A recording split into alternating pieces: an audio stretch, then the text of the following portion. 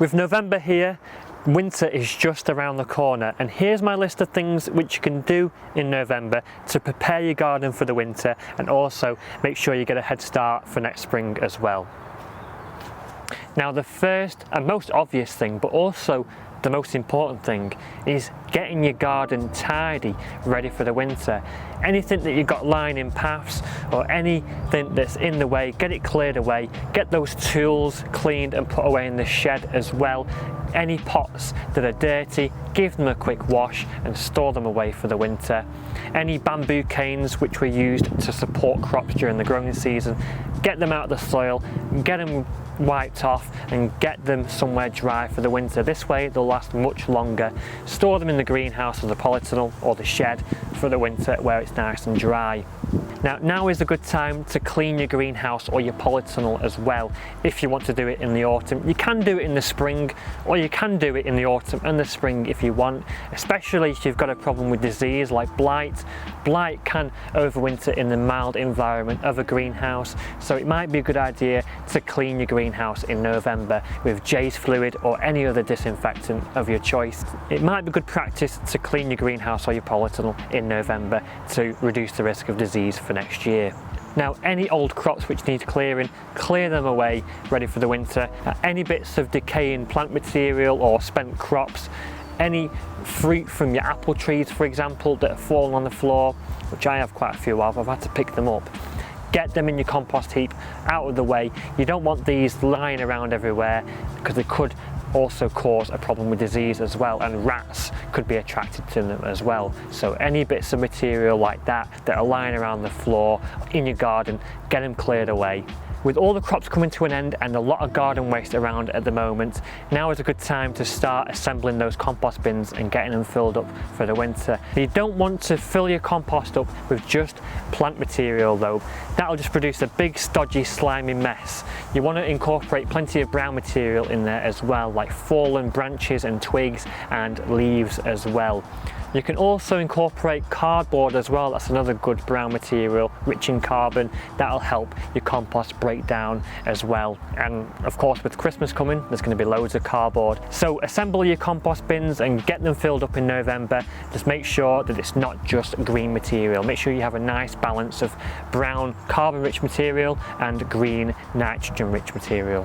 Now, with many of the crops coming to an end in November, you can start saving seeds from some of these if you want to grow them next year. This is a very cost-efficient way of growing things. Saving seeds is a brilliant thing to do.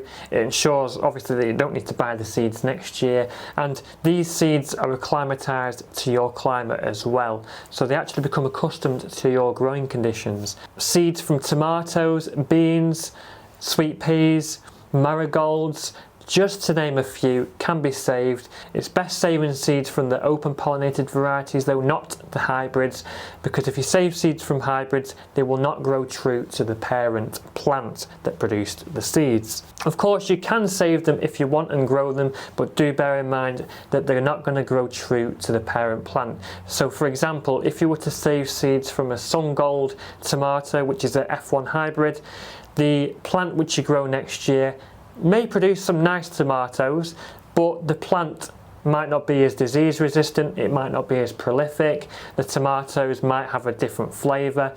The traits from that plant are not going to be the same as the plant you grew the previous year, so do bear that in mind. There are plenty of seeds which you can save from your plants that are coming to an end in November, and those are just a few of them. Now, if your garden or allotment is next to some trees like mine is, you're going to have a lot of leaves falling around everywhere, which is a real pain. But this can provide a valuable resource for us. These can be swept up and made into leaf mould.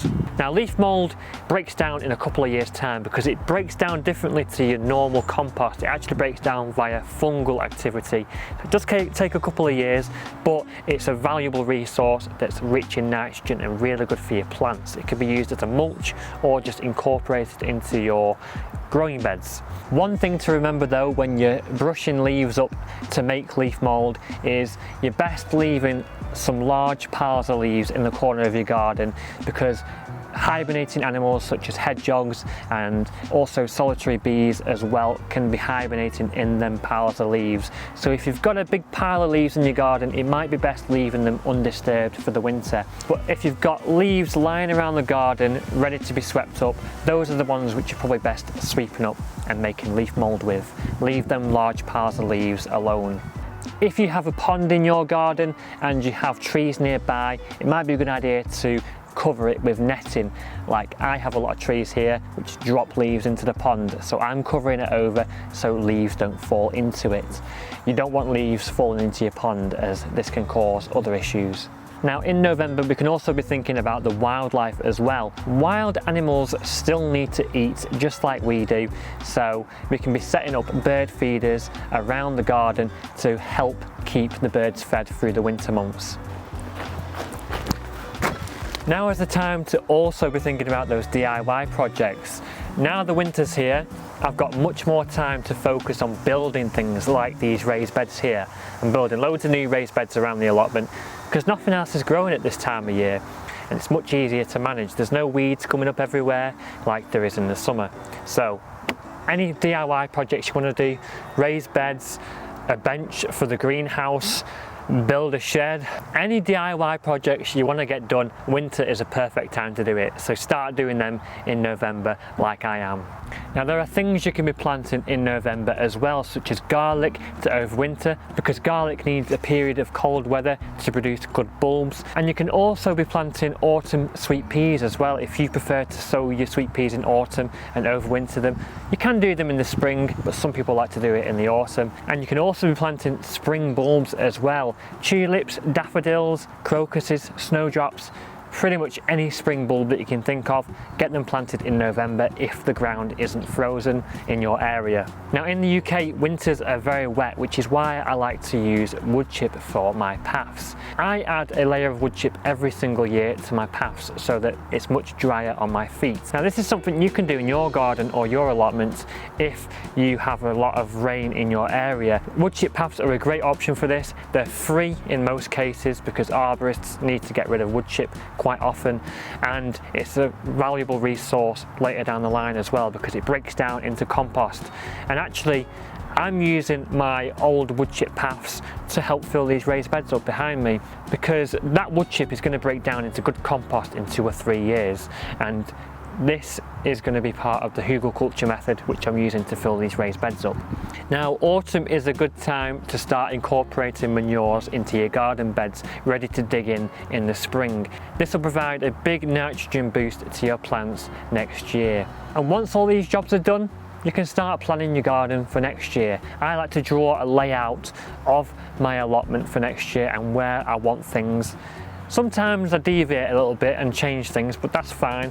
But as long as I got a rough idea of next year, I find it makes things much easier when it comes to next year and I know what I'm doing. Now you can also be ordering seeds for next year as well. I've already ordered my seeds and they're going to be arriving in a couple of months, ready for planting in the spring. And whilst on the topic of seeds, now is a good time to start sorting through your seed storage boxes or whatever you store your seeds in, and discarding of them old seeds and organising it all and working out what you need to order for next year. I've got a big photo organising box at home with compartments in it that I store my seeds in. I find this is a great way to store seeds. I just label each compartment and it's just much easier to find what I'm looking for. It's much better than the old ice cream tub that I used to use before it. But yeah, November, get your garden planned for next year, organise your seeds, order what seeds you need for next year. Okay, so those are some of the jobs which you can do in November. There's still loads of things which you can do at the moment to get your garden ready for the winter and also get a head start for next spring as well. We're always thinking ahead, and right now in November we're thinking ahead to next year as well, and this is going to make things much easier for us next year. We think about it now and get the things in place now and do the things now. So what are you doing in your garden in November? Do let me know in the comments below. If you think I've missed anything out in this list, do let me know in the comments below. And of course, if you found this video useful, remember to hit that like button because it helps me reach more people and help inspire and teach more people about gardening as well. And if you want to see more videos like this in the future, remember to hit that subscribe button. That way you'll never miss whenever I release new videos every single week, and it doesn't cost anything to subscribe, it's completely free. So that's all for now, guys. Thanks for watching. I hope you found this video useful. I'll see you in the next one. Happy gardening and stay safe.